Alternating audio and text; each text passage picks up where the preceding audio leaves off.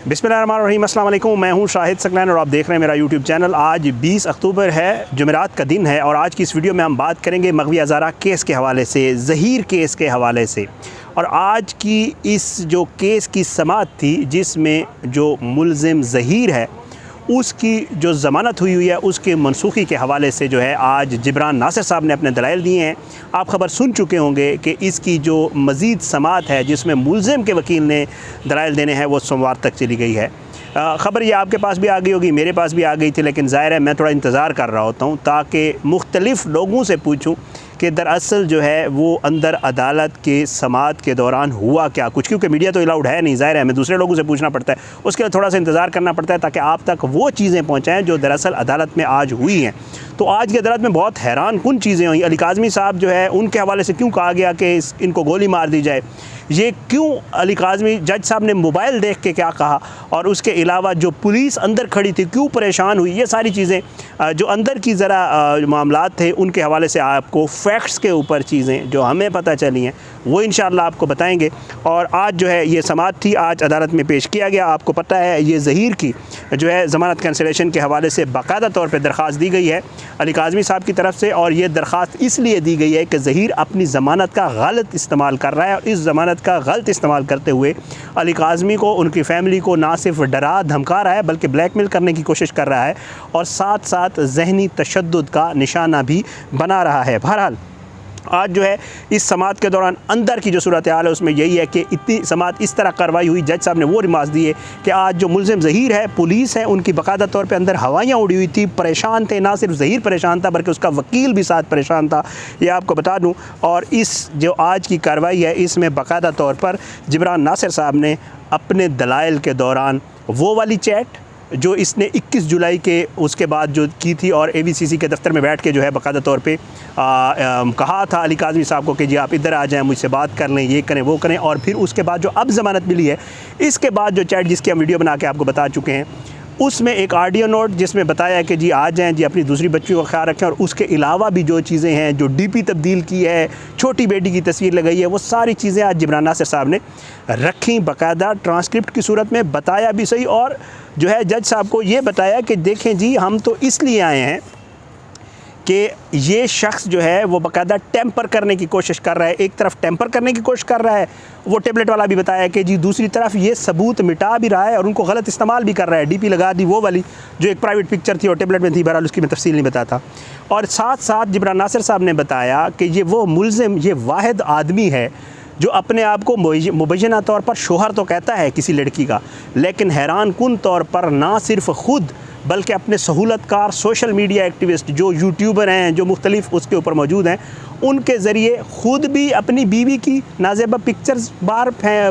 Share करता है और फिर उनको दे के उनसे भी शेयर करवाता है। ये कोई ऐसा जलील आदमी है, उसने जिब्रान साहब ने नहीं कहा, मैं कह रहा हूँ कि ये ऐसा जलील आदमी है जो अपनी बीवी की और उसके ख़ानदान वालों की तज़हीक ख़ुद भी करता है और दूसरों से भी करवाता है हैरान कुन तौर पर, और फिर कहता है मुझे मोहब्बत भी बड़ी है।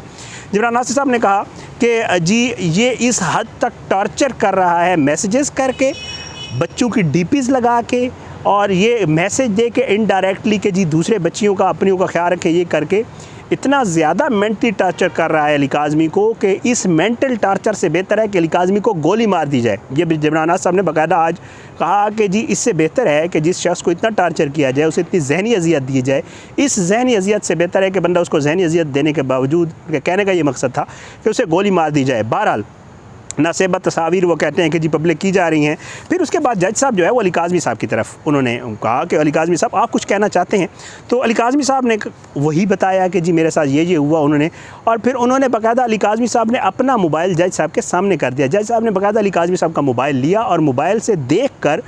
ना सिर्फ स्क्रीनशॉट बल्कि जो इसने चैट की हुई थी वो खोल के जज साहब बाकायदा वो दिखाया गया कि ये DP लगाई हुई जो कुछ भी है, जो हम आपको तफसीलात बता चुके हैं। जज साहब हैरान हुए, उन्होंने कहा जी ये ज़मानत के बाद ये सारा कुछ हो रहा है, तो बताया गया कि जी बिल्कुल ये वही डॉक्टर साहब हैं जिनको आपने ज़मानत दी थी, ये ज़मानत के बाद अपनी ज़मानत का जो इस्तेमाल कर रहे हैं ये आप देख लें। तो जज साहब बड़े हैरान हुए और फिर उसके बाद जो है उन्होंने कहा कि जी उसके बाद जी टेबलेट का भी बताया गया कि जी किस तरह टेबलेट जो है वो एक था और कहा गया, पुलिस को ये बयान दिया गया कि गुम हो गया, लेकिन उस टेबलेट का जो डेटा है वो यूज़ किया जा रहा है, DPs लगाई जा रही हैं, वो सारा मामला भी बताया गया। और उसके बाद जो है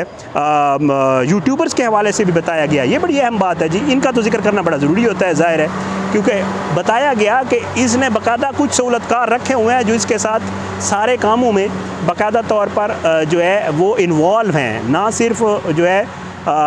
इस तज़हीक में भी साथ हिस्सा डाल रहे हैं, बल्कि उनके ख़िलाफ़ सिंध हाई कोर्ट में भी एक केस चल रहा है और वहाँ पे भी पेश नहीं हो रहा है। उनके ज़रिए सोशल मीडिया के ज़रिए अली काज़मी साहब की भी तज़हीक कराई जा रही है। ये सारा ट्रायल कोर्ट में जिक्र किया गया। अच्छा, जब ये सारा कुछ बताया गया तो कहा यह जाता है, जो दोस्त अंदर मौजूद थे वो ये बताते हैं कि पुलिस वाले भी हैरान हो गए। वो पुलिस वाले जिन्होंने पहले दिन से ज़हीर को अपना रिश्तेदार बनाया हुआ है, मैं वो वर्ड यूज़ कर रहा हूँ कि रिश्तेदार इस तरह बनाया हुआ कि बड़ा प्रोटोकॉल दे रहे हैं, जैसे दामादों को प्रोटोकॉल दिया जाता है। जब दामाद कोई जाता है अपने ससुराल तो उसको बड़ा प्रोटोकॉल खाना शाना मिलता है और ये सारे मामलात और बड़े आराम से रखा जाता है, इसी वाले कमरे में भी सुलाया जाता है। तो same is the case with Zaheer. तो इसलिए हम कहते हैं कि जी वैसा ही प्रोटोकॉल है जैसे दामादों को दिया जाता है। तो पुलिस ने बाकायदा जो प्रोटोकॉल जिन्होंने दिया हुआ है, जो सिक्योरिटी में लेके आते हैं, सिक्योरिटी का भी आगे चल के आपको बताता हूँ। तो आज वो भी हैरान हुए और ज़हीर को कहते हैं जी देख रहे थे कि भाई हम तो समझे थे तू कोई छोटा मोटा है, तू तो बड़े आगे की चीज़ है। तो बहरहाल वो भी हैरान परेशान थे, पुलिस वाले भी, क्योंकि पुलिस को भी ये पता है कि जिस तरह हम इसको चीज़ें प्रोटोकॉल्स और ये चीज़ें दे रही हैं, जज साहब की भी नज़र से ये चीज़ें गुजर रही हैं, तो फिर ज़ाहिर है कल को जज साहब पुलिस के हवाले से भी कोई ऑर्डर कर सकते हैं कि पुलिस किस चक्कर में, अगर ABCC के दफ्तर में बैठ के एक बंदा कर रहा है दूसरे मामलात और पुलिस के साथ होते हुए ये सारे मामलात कर रहा है, तो कमाल ही हो गया वैसे। तो बहरहाल जी ये सारी चीज़ें बताई गई। फिर उसके बाद ये हुआ कि जी दलाइल की बारी आई तो जिब्रान नाज़ साहब ने अपने दलाइल मुकम्मल कर दिया और जो मुल्ज़मान के वकला हैं उन्होंने कहा कि जी हमें आज जो है ये कापी हमने रिसीव की है, तो इसके ऊपर हमें थोड़ा सा टाइम दें, हम वक्त लेना चाहते हैं, तो टाइम भी थोड़ा लंबा दें, क्योंकि ज़ाहिर बात है उनको फ़ीस इसी चीज़ की मिल रही है और उनकी हमेशा कोशिश होती है कि वो इन मामलात को थोड़ा लटकाएं, आगे ले जाएं। तो उसके ऊपर जज साहब ने कहा कि जी ज़्यादा लंबा वक्त नहीं दिया जा सकता। फिर उन्होंने अपनी मसरूफियात बताई, क्योंकि इसके वकील बहुत ज़्यादा मसरूफ़ हैं। जो लाहौर वाले हैं वो इतने मसरूफ़ हैं कि वो बहुत ही मसरूफ़ हैं, लेकिन कराची वाले जो हैं वो भी मसरूफ़ हैं। तो उन्होंने कहा कि जी हमने पता नहीं कौन कौन से अदालतों में जाना है, फ़लाँ जगह जाना है, तो हमें इसकी लंबी तारीख दी। जज साहब ने कहा नहीं, बहुत दिन हो चुके, जिब्रान नासिर ने दलाइल भी अपने दिए, लेकिन ज़्यादा से ज़्यादा जो मैक्सिमम टाइम दिया जा सकता है वो मंडे तक का दिया जा सकता है। बहरहाल जज साहब ने कहा कि जी मंडे वाले दिन आप जब भी फ्री हों, जज साहब ने आज बाकायदा कहा मुल्ज़मान के वकला को आप जिस वक्त भी फ्री हों, बेशक आप 3 बजे के बाद भी फ्री हों, आप सारी अदालतें भुगता के आ जाएँ, सब जगह से होके आ जाएँ, आपकी जितनी भी मसरूफियात हैं वो आप कर लें और फिर उसके बाद मंडे वाले दिन आप यहाँ आएँ, यहाँ दलाइल दें और बताएं हमें कि आखिर ये जो मुल्ज़िम है, जो अली काज़मी साहब के वकला का और अली काज़मी साहब का मौक़िफ़ है कि ये अपनी बेल का जो है वो गलत इस्तेमाल कर रहा है, आपको क्या लगता है? आप भी ज़रा इस पे दलाइल दें, क्योंकि आप इसके वकील बने हुए हैं माशाअल्लाह। तो इसके ऊपर जो है हम इंतज़ार करेंगे और हम आपका वेट करेंगे, आप आके इसके ऊपर ज़रूर दलाइल दें। तो ये मामला मंडे पे चला गया। बहरहाल उम्मीद यही है, क्योंकि जज साहब ने जो चीज़ें देखी, जज साहब के सामने जो रखी गई चीज़ें और जज साहब ने जो मोबाइल फ़ोन देखा, ज़ाहिर बात है हम जिस तरह इस केस को फॉलो कर रहे हैं या हम जिस तरह इस केस के साथ जुड़े हुए हैं या आप लोग जिस तरह इस केस के साथ जुड़े हुए हैं, क्योंकि ज़ाहिर बात है कोई भी सेंसिबल आदमी जो ख़ुद औलाद वाला हो, जिसकी अपनी औलाद हो या जिसकी अपनी बेटियां ना भी हो मेरी तरह, तो उसको भी इन चीज़ों का फ़ील होता है कि अगर किसी के साथ इस तरह ज़्यादती हो गई हो तो वो क्या उसके साथ गुजर रही होगी। तो बहरहाल जज साहब ने भी ये चीज़ें देखी हैं और जज साहब को जो है दलाइल भी दे दिए जिब्रान नाज़ साहब ने। ज़ाहिर बात है ये मुल्ज़मान का बाकायदा हक़ होता है, इवन कत्ल के मुल्ज़मान का भी हम आपको बताते हैं कि उनके वकला को भी चाहे ओपन एंड शट केस क्यों ना हो,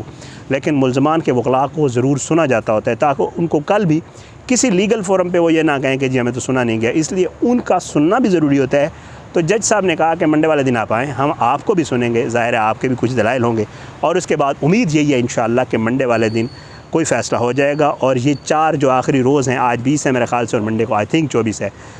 21, 22, 23, 24, बिल्कुल 24 है। तो उम्मीद है 24 ये आखिरी 4 दिन जो हैं ये ज़हीर साहब जो है